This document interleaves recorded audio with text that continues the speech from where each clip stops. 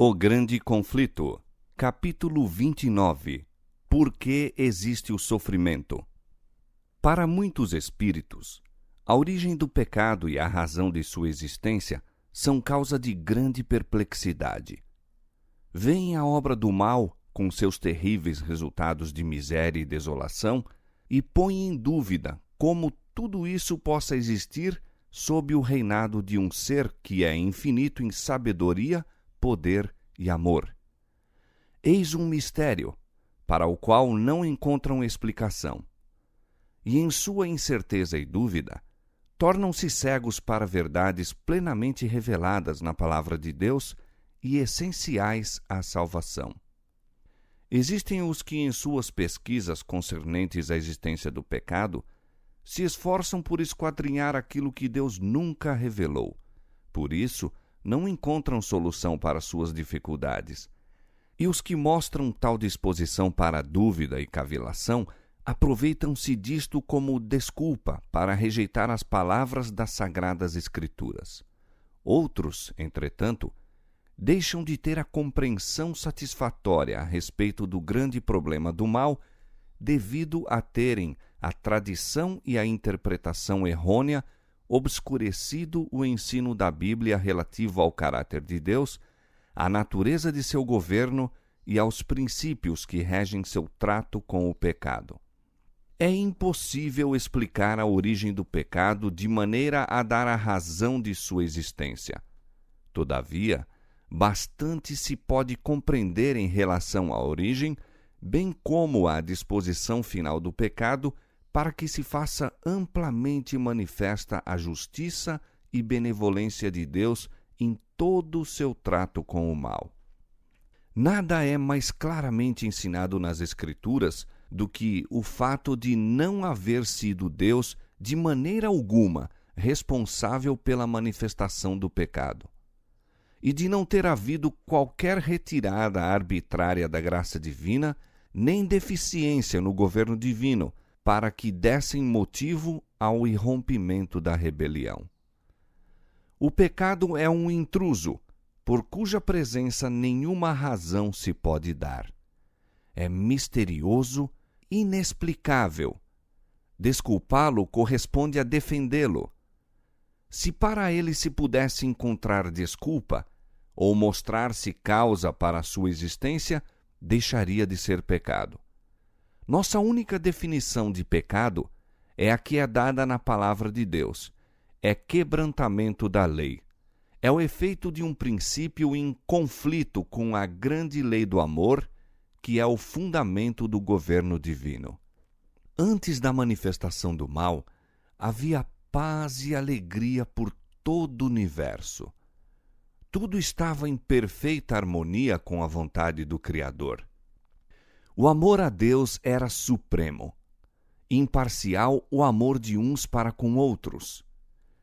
Cristo, o Verbo, o unigênito de Deus, era um com o Eterno Pai, um na natureza, no caráter e no propósito, e o único ser em todo o universo que poderia entrar nos conselhos e propósitos de Deus. Por Cristo, o Pai efetuou a criação de todos os seres celestiais. Nele foram criadas todas as coisas que há nos céus, sejam tronos, sejam dominações, sejam principados, sejam potestades. Colossenses 1,16. E tanto para com Cristo como para com o Pai, todo o céu mantinha lealdade.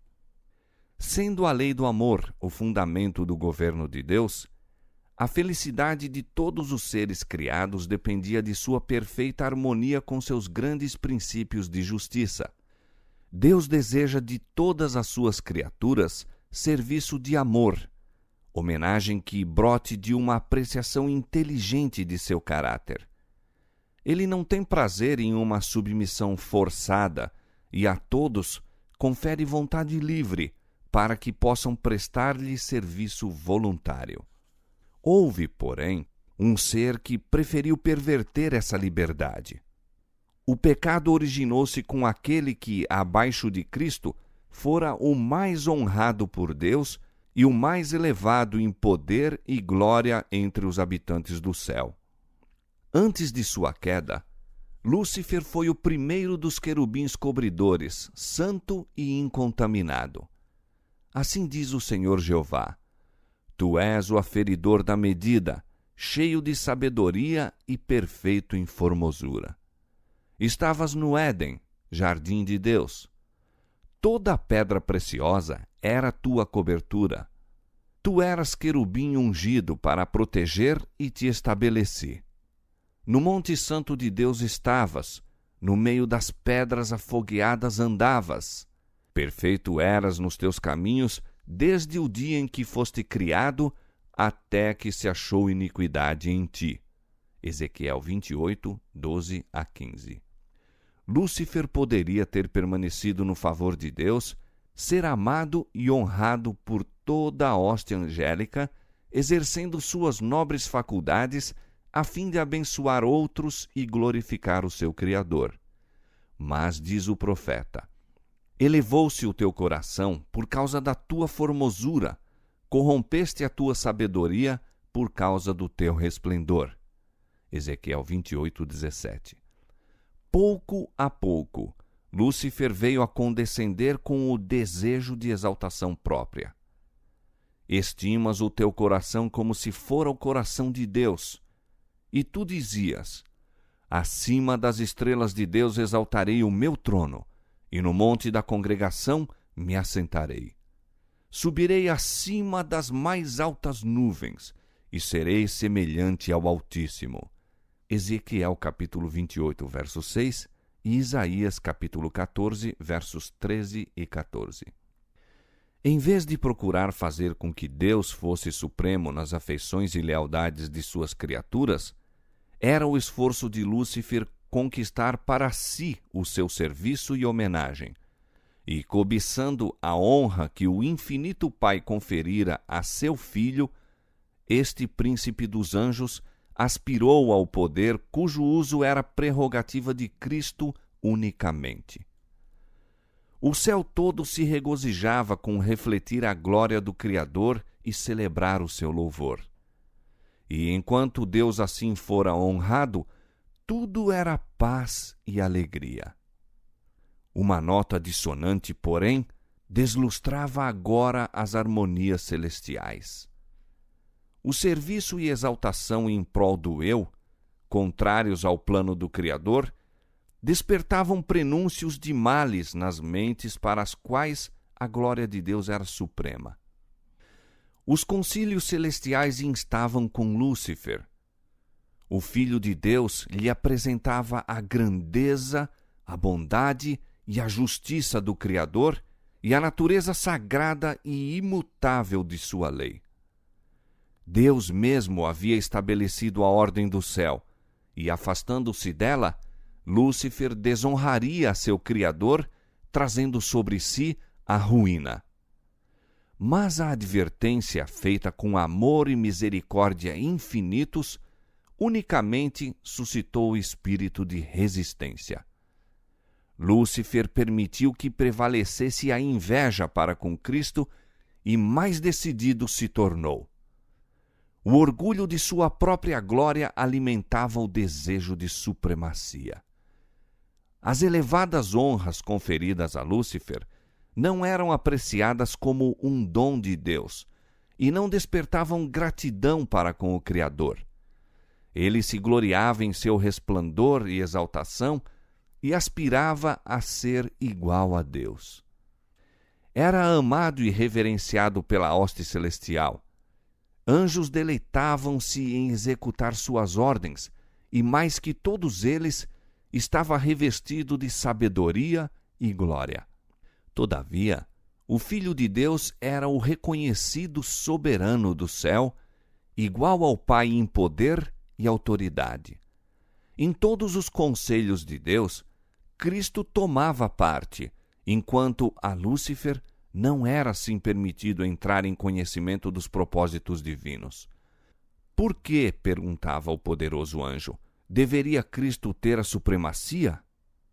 Por que é ele desta maneira mais honrado do que Lúcifer? deixando seu lugar na presença imediata de Deus, saiu a difundir o espírito de descontentamento entre os anjos. Operando em misterioso segredo e escondendo durante algum tempo seu intuito real sob o disfarce de reverência a Deus, esforçou-se por suscitar o desgosto em relação às leis que governavam os seres celestiais, insinuando que elas impunham uma restrição desnecessária. Visto serem de natureza santa, insistia em que os anjos obedecessem aos ditames de sua própria vontade.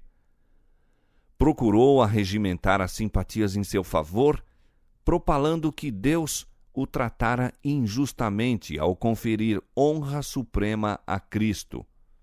Alegava que, anelando maior poder e honra, não pretendia a exaltação própria, mas procurava conseguir liberdade para todos os habitantes do céu, a fim de, por este meio, poderem alcançar condição mais elevada de existência.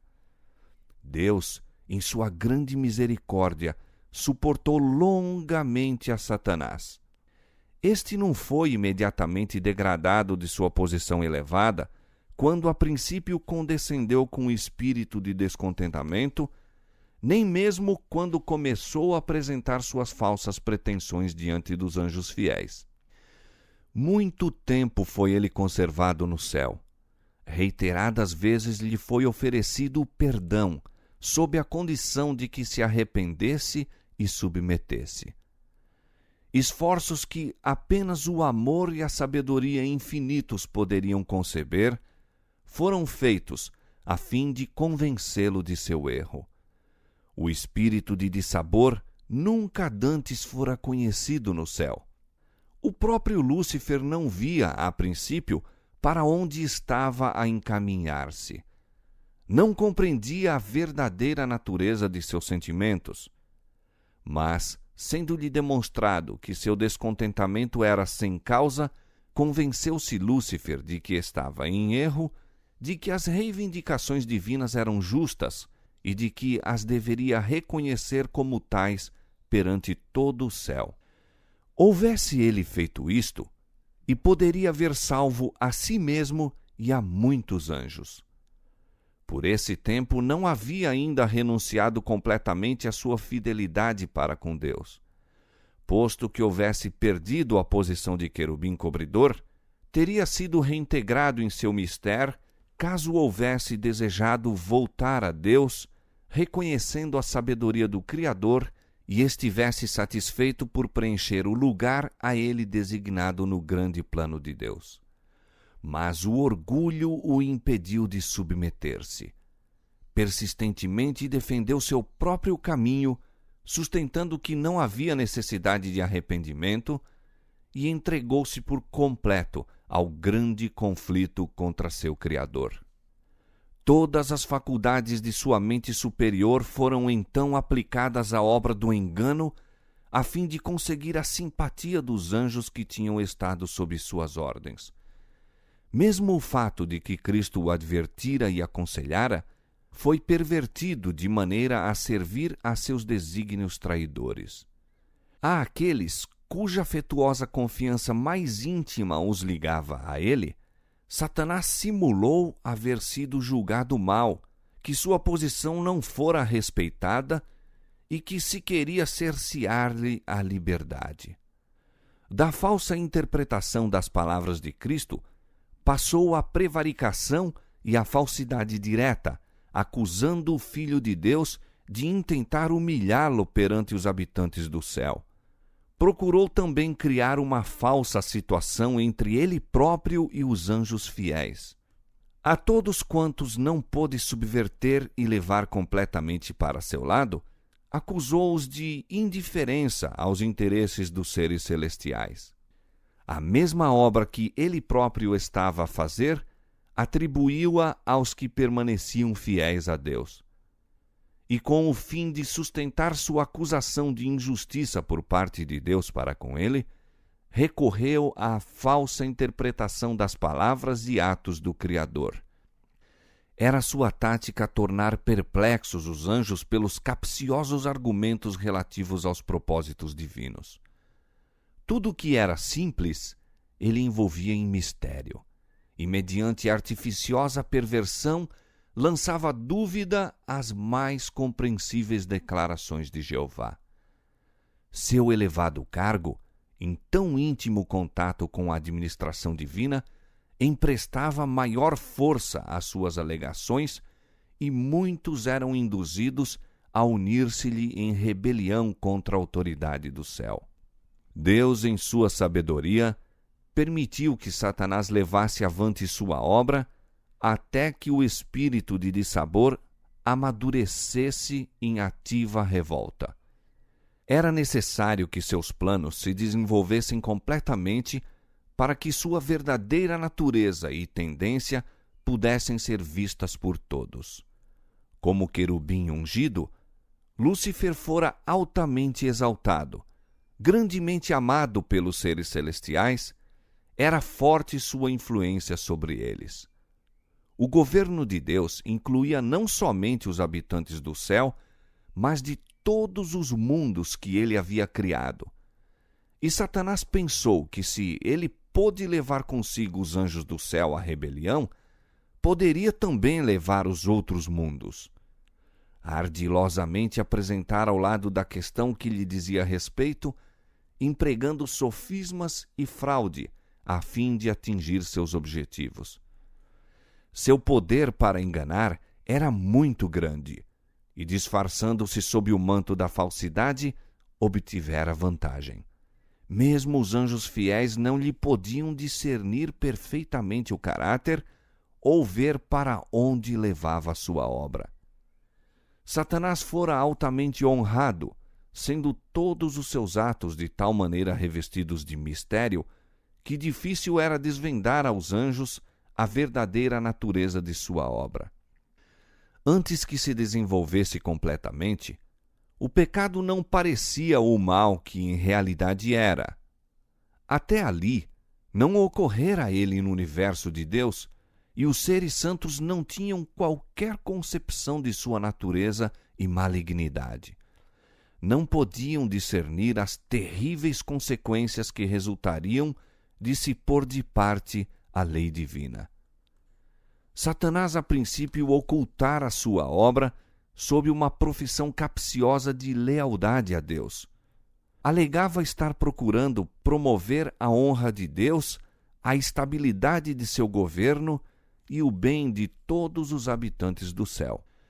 Ao mesmo tempo em que incutia o descontentamento no espírito dos anjos a eles subordinados, dava astutamente a impressão de que estava procurando remover o dissabor. Quando insistia em que se fizessem mudanças na ordem e nas leis do governo de Deus, era sob o pretexto de serem elas necessárias a fim de preservar a harmonia no céu. Em seu trato com o pecado, apenas podia Deus empregar a justiça e a verdade. Satanás podia fazer uso daquilo que Deus não usaria, lisonja e engano. Procurara falsificar a palavra de Deus e representara falsamente seu plano de governo perante os anjos, alegando que Deus não era justo ao estabelecer leis e regras aos habitantes do céu. Que, exigindo de suas criaturas submissão e obediência, estava meramente procurando a exaltação de si próprio. Portanto, deveria ser demonstrado perante os habitantes do céu, bem como de todos os mundos, que o governo de Deus é justo e perfeita a sua lei. Satanás fizera parecer que estava procurando promover o bem do universo. O verdadeiro caráter do usurpador e seu objetivo real deveriam ser por todos compreendidos. A discórdia que o seu próprio procedimento determinara no céu imputou a Satanás à lei e ao governo de Deus. Todo o mal declarou ele ser resultante da administração divina. Alegou ser seu próprio objetivo melhorar os estatutos de Jeová. Conseguintemente, necessário era que demonstrasse a natureza de suas pretensões, provando o efeito de suas propostas mudanças na lei divina. A sua própria obra deveria condená-lo. Satanás pretendeu desde o princípio que não estava em rebelião. Todo o universo deveria haver um enganador desmascarado. Mesmo quando foi decidido que ele não mais poderia permanecer no céu, a sabedoria infinita não destruiu a Satanás. Visto que apenas o serviço do amor pode ser aceito por Deus, a submissão de suas criaturas deve repousar em uma convicção sobre a sua justiça e benevolência. Os habitantes do céu e de outros mundos, não estando preparados para compreender a natureza ou consequências do pecado, não poderiam ter visto, então, a justiça e misericórdia de Deus com a destruição de Satanás.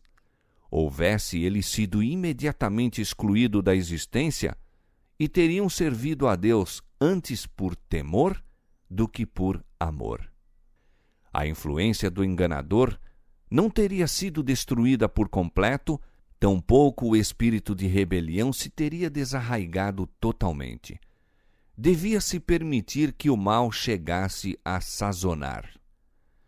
Para o bem do universo inteiro, através dos séculos sem fim, devia Satanás desenvolver mais completamente seus princípios para que suas acusações contra o governo divino pudessem ser vistas sob sua verdadeira luz por todos os seres criados e para sempre pudessem ser postas acima de qualquer dúvida a justiça e misericórdia de Deus e a imutabilidade de sua lei.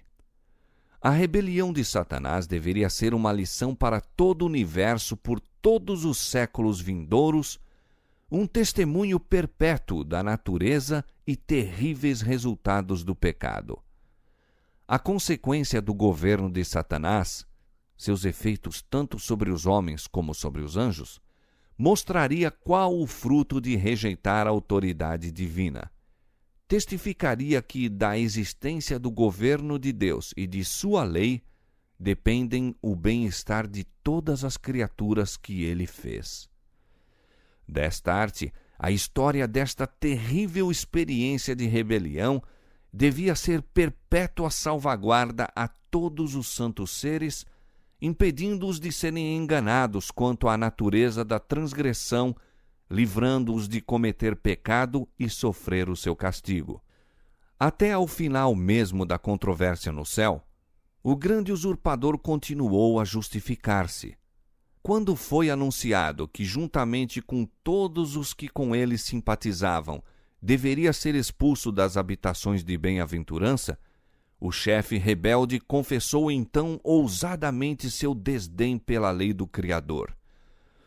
Reiterou sua pretensão de que os anjos não necessitam ser dirigidos, mas que deveriam ser deixados a seguir sua própria vontade, que sempre os conduziria corretamente. Denunciou os estatutos divinos como restrição à sua liberdade, declarando ser de seu intento conseguir a abolição da lei, que, livres desta restrição, as hostes do céu poderiam entrar em condições de existência mais elevada, mais gloriosa. Concordemente, Satanás e sua hoste lançaram a culpa de sua rebelião inteiramente sobre Cristo, declarando que se eles não houvessem sido exprobrados, não se teriam rebelado. Assim, obstinados e arrogantes em sua deslealdade, procurando em vão subverter o governo de Deus, ao mesmo tempo que, blasfemando, pretendiam ser vítimas inocentes do poder opressivo, o arqui-rebelde e seus sequazes foram, afinal, banidos do céu. O mesmo espírito que produziu a rebelião no céu ainda inspira a rebelião na terra. Satanás tem continuado com os homens o mesmo estratagema que adotou em relação aos anjos. Seu espírito ora reina nos filhos da desobediência. Semelhantes a ele, procuram romper as restrições da lei de Deus prometendo liberdade aos homens por meio da transgressão dos preceitos da mesma.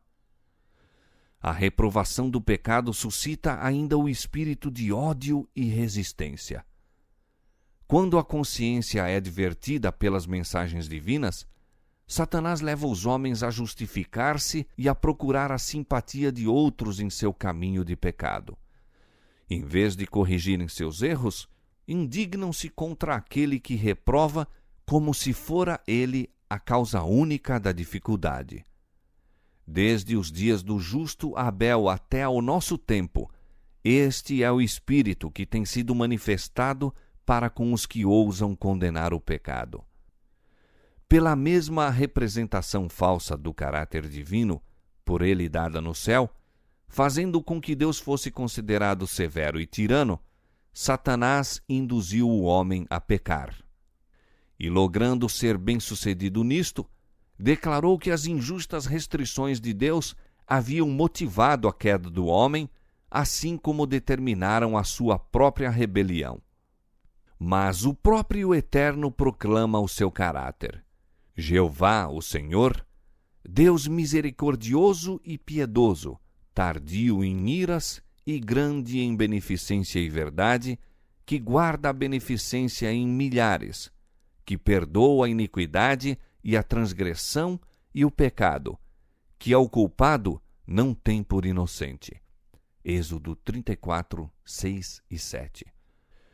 Banindo Satanás do céu, declarou Deus a sua justiça e manteve a honra de seu trono.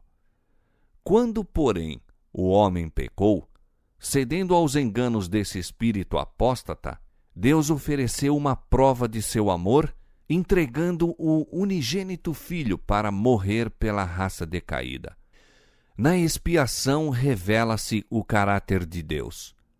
O poderoso argumento da cruz demonstra ao universo todo que o caminho do pecado, escolhido por Lúcifer, de maneira alguma era atribuível ao governo de Deus. Na luta entre Cristo e Satanás, durante o ministério terrestre do Salvador, foi desmascarado o caráter do grande enganador. Nada poderia tão eficazmente ter desarraigado de Satanás as afeições dos anjos celestiais e de todo o universo fiel, como o fez a sua guerra cruel ao Redentor do mundo. A ousada blasfêmia de sua pretensão de que Cristo lhe rendesse homenagem, seu pretensioso atrevimento ao levá-lo ao cume da montanha e ao pináculo do templo, o malévolo intuito que se denuncia ao insistir com ele para que se lançasse da vertiginosa altura, a malignidade vigilante que o assaltava de um lugar a outro, inspirando o coração de sacerdotes e povo a rejeitarem seu amor, e o brado final, crucifica-o, crucifica-o.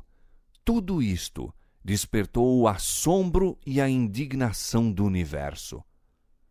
Foi Satanás que promoveu a rejeição de Cristo por parte do mundo. O príncipe do mal exerceu todo o seu poder e engano a fim de destruir Jesus, pois viu que a misericórdia e amor do Salvador, sua compaixão e terna brandura, estavam representando ao mundo o caráter de Deus. Satanás contestava tudo a que o Filho do Homem visava, empregando os homens como seus agentes a fim de encher de sofrimento e tristeza a vida do Salvador. O sofisma e falsidade pelos quais procurava estorvar a obra de Jesus, o ódio manifesto por meio dos filhos da desobediência, suas cruéis acusações contra aquele cuja vida era de bondade sem precedentes, tudo proveio de um sentimento de vingança profundamente arraigado.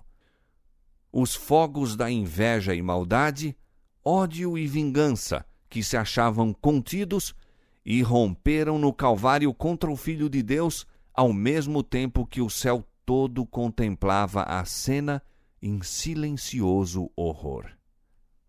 Ao ser consumado o grande sacrifício, Cristo ascendeu aos céus, recusando a adoração dos anjos antes que apresentasse o pedido: aqueles que me deste, quero que, onde eu estiver, também eles estejam. João 17, 24.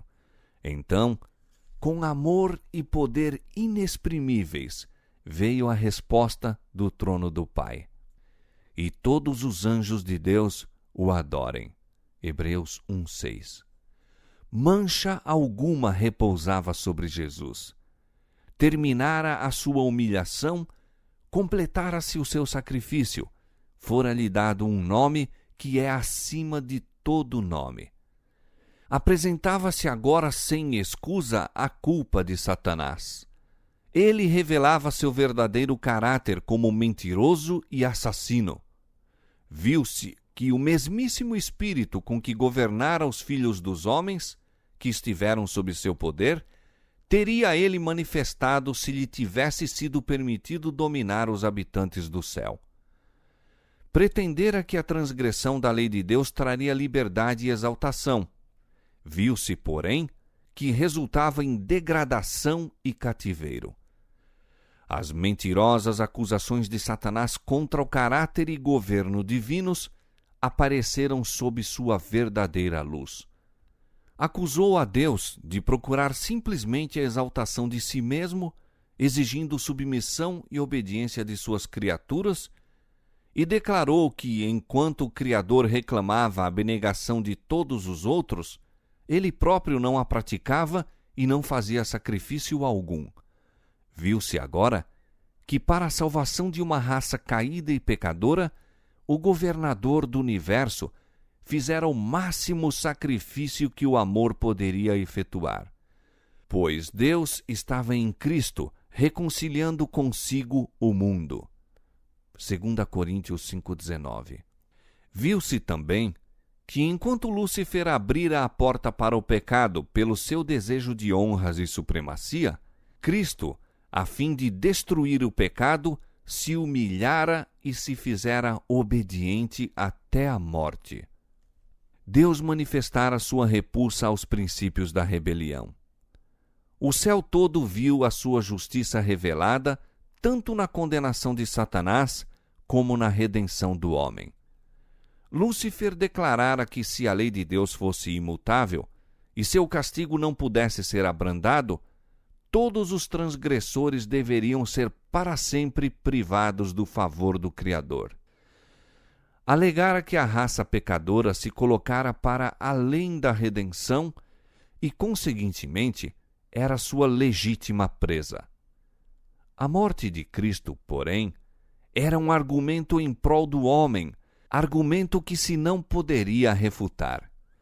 A pena da lei recaiu sobre aquele que era igual a Deus, ficando livre o homem para aceitar a justiça de Cristo e, por uma vida de arrependimento e humilhação, triunfar como o Filho de Deus sobre o poder de Satanás. Assim, Deus é justo e justificador de todos os que creem em Jesus.